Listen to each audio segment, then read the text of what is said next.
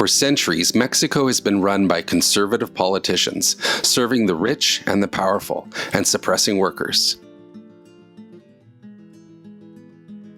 In the 1980s, Republican President Ronald Reagan did a lot of damage to Mexico.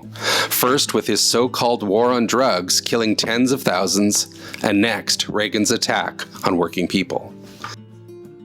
Reagan colluded with the Mexican elites and set up low-wage factories on the Mexican-US border.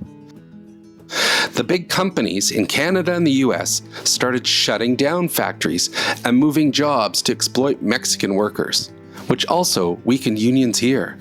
This was part of massive globalization. Another cruel part was the creation of what we call in Canada rat unions, or what's known in Mexico as protection unions. They were fake, undemocratic organizations created by companies to keep out real unions and lock workers into poverty. But two important things have happened in the last several years. The first is the election 3 years ago of a new Mexican president. He's the former mayor of Mexico City, who's fondly known as AMLO. For the first time, he and his Progressive Party won a majority government. The second thing, ironically, is Trump. In his hopes for re-election last year, he pushed to renegotiate NAFTA, and in so doing, he met with a formidable opponent, Nancy Pelosi, the Democratic leader of the US Congress. She forced a deal on Trump, and part of that new deal included new laws in Mexico, getting rid of the fake unions, and this new NAFTA would actually enforce that deal. Right now, with the backing of their government, Mexican unions are fighting hard to create real unions and increase wages. The companies are fighting back, and COVID has stalled the court system. Many unions still don't have the resources and training to organize, but change is starting. MoveUP shares a small part of this history. For 12 years, Napoleón Gómez, the head of the Steel and Mine Workers Union, lived in exile with his family here in Vancouver, in fear of death from the former right-wing Mexican government. 3 years ago, Napoleón was elected as a progressive senator in Mexico and is close to Mexico's new progressive president. Even as a senator, he is still fighting for working people. Let me introduce our friend, Senator Napoleón Gómez. Sisters and brothers from the MoveUP trade union from Canada. I'm Napoleón Gómez, the president of the Mine and Steel Workers Union of Mexico. I'm also a senator of the Mexican Republic.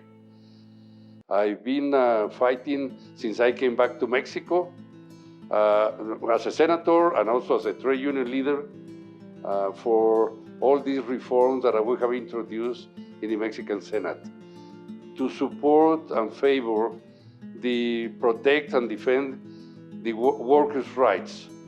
Also to defend what is social justice for everybody, to prevent abuses and violations of all human rights and labor rights. So we have been making a lot of changes in Mexico. We introduced reforms that a new labor law that brings democracy and the possibility of the workers to elect freely the leadership and the trade union they want to belong and be members of. So this is a struggle that when I live in Canada, we couldn't do it, or we couldn't even imagine that we could be able to succeed and do these reforms. But we fought strongly. We fought really convinced that we were going to achieve at some point justice, social justice, as we did it. As you know, in most cases, in many countries, when the political leaders and the trade union leaders are persecuted, they usually end in jail or dead. But we succeed. This is our global struggle.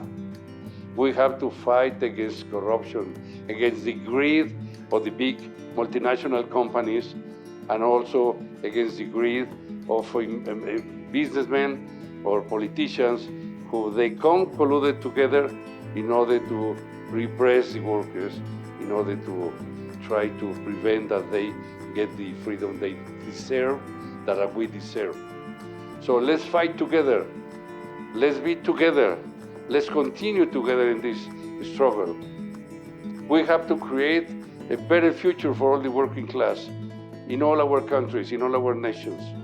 So be together, and I wish you in this convention, sisters and brothers, all the best success that you may have, and I send you my best greetings to all of you, and I hope that we can meet again, maybe personally, in Mexico or in Canada again in the near future. Thank you, brothers and sisters. Congratulations.